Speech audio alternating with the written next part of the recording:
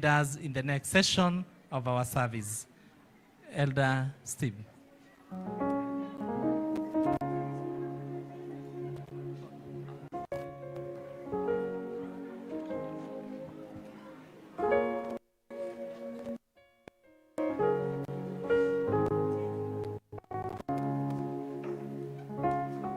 Haya, wanalika wanapoketi.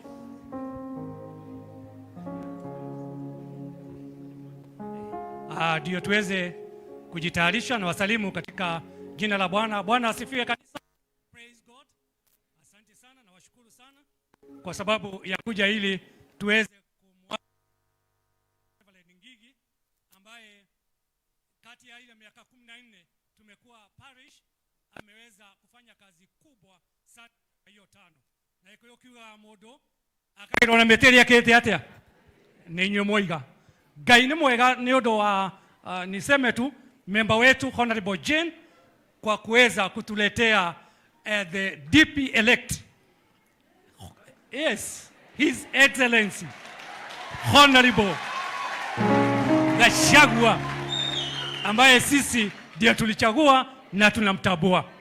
Na asante sana kuweza kuwaona ameweza kuandamana na jabashi ya ruriri.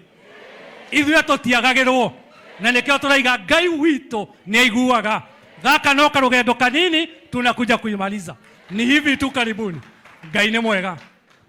Ni asante sana sababu hii inaitwa Kabati Village. Ni asante kwa kuleta akutane na villagers wengine. Hawa ndio villagers wale unasikia wako huko. Nejoe Honorable Gakuya huko ndio walk.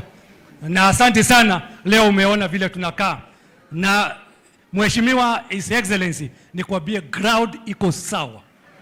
Ground iko sawa. Ground iko sawa kabisa. Na ili tuweze kuendelea haraka, unajua tradition yetu ni kufanya mambo haraka bila kuongozwa, si tunajua vile tunafanya.